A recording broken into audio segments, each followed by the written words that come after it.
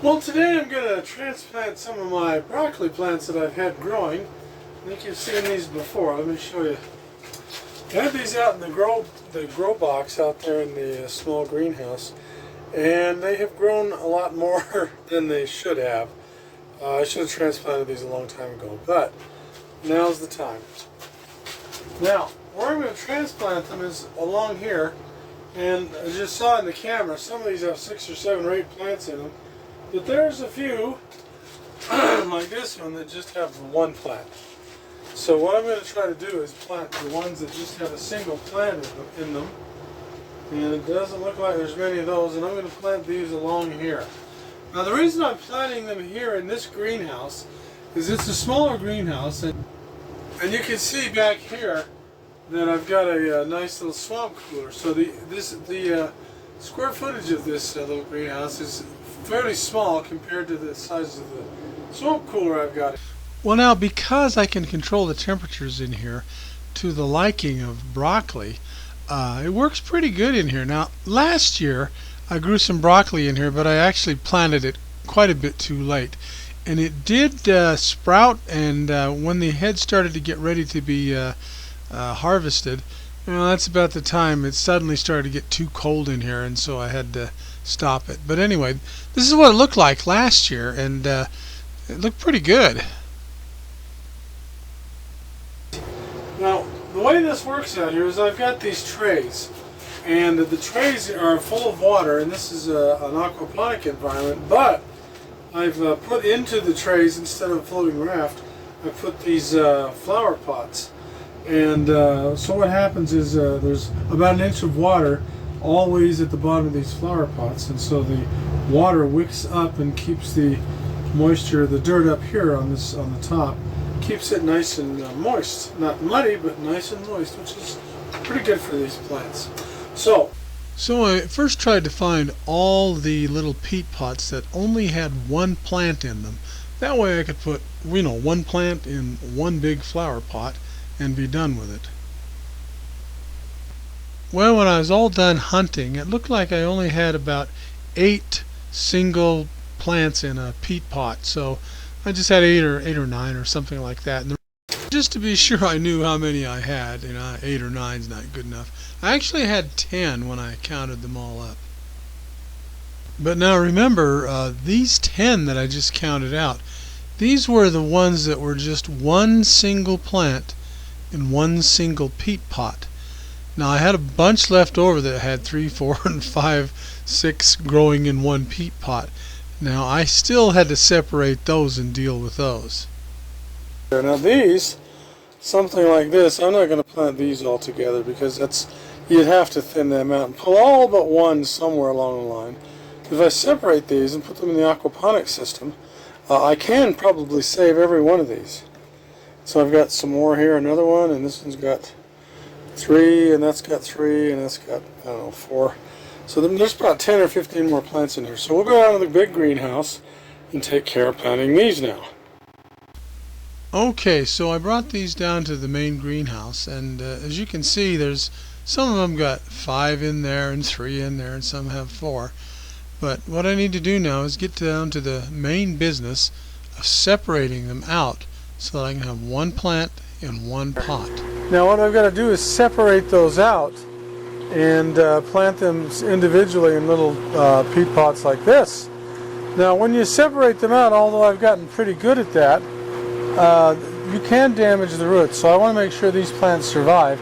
So what I'm going to do is separate them out and plant them here in the greenhouse, where this one has a nice setup here for floating raft aquaponics. Now the floating raft means that when you put them in these little peat pots, these are immersed in water, or at least halfway up. So even if the roots are pretty well gone, generally the roots will grow back, and these plants should survive. So that's what I'm going to do now, is separate all of these. I have this little tray here, and I've got water, and what I'm going to do, I think you've seen me do this before, but I'm going to put the little peat pot in there and let it get really soaked and kind of tear this outside membrane off and let it sit there and soak and squeeze it a little bit until I can start gently pulling them apart. Alright, there's one. I did pretty good on this one. The roots are all intact, so I'm going to give this the same treatment. Put it down in there and give it a little dirt to support it. And do the same with all the rest of these until I get every one of them in a single pot. And then we'll transplant them over to the floating raft like this. Okay, I've got them all separated out now, and I've already planted a bunch of these. There's 5 in here, 1, 2, 3, 4, 5. And I don't know if you can see these, but the rest of them are spread out. There's about 15 of them. So now we're going to drop these in the rest of these holes. And the reason this is going to work is because even though the roots are they have probably been damaged, as you can see, this is a floating raft, and so the roots are going to be soaked in water pretty well, and that usually helps them re-root themselves quite nicely. So I've got about 5 more of these to put in, and there's already about 10, 11 in here. Now I don't expect all of them to actually survive this, but most of them will. I think 80% of them will. And what I'm going to do is leave them in this grow bed right here. So this is one of the cooler spots in this greenhouse, and in the summer it gets warm. So I'm going to leave these here in this greenhouse for the summer, and the ones that I put up in the other greenhouse, they're going to spend the summer up there where it is a little cooler. And we're going to see how they do. So if you want to follow along to see how well they do, I'll do a little more, a few more videos on this, show the progress and what's working and what isn't. But anyway, there it is. Okay, so there they are. There's 5 in there. There's 19 altogether. You can see they're planted in this one, and then they're scattered 4 or 5 in there. So we'll see how they do. Now there's that swamp cooler I was talking about that'll keep this area of the greenhouse kind of cool. Okay, let's fast forward 5 days. So it's 5 days later now, and let's see, we had 10 plants here as I recall. So we've got 1, 2, 3, 4, 5, 6, 7, 8, 9, 10. It looks like they all survived, but as you can tell, some of them ain't so happy, and some of them are quite happy. And there's some here that are pretty good. Looks like about half of them look very robust, and the other half, they're surviving, but who knows. Anyway, let's go down to the big greenhouse now and see how the 19 down there, how they're doing. Okay, now out here to the main greenhouse. Now remember, it's 5 days later. Let's see how these did. Remember, we had 19 of these, and there were 5 here, and as you can see, some of them are doing quite nicely.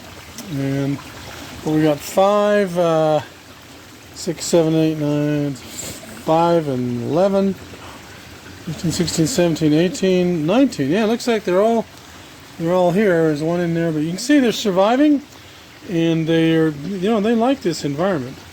So anyway, that's how they're doing 5 days later. So they all survived and they all did well. Now, before we close out, I just wanted to show you how these are doing on the other side of the greenhouse that I transplanted about a month ago. You see, these are looking really good. And these are also cauliflower. Well, there's broccoli and cauliflower, a mixture of some. There's an onion plant, but see, they're doing very well. So they like this aquaponic environment, and they should do well when these other ones on the other side catch up. They should look this good or better.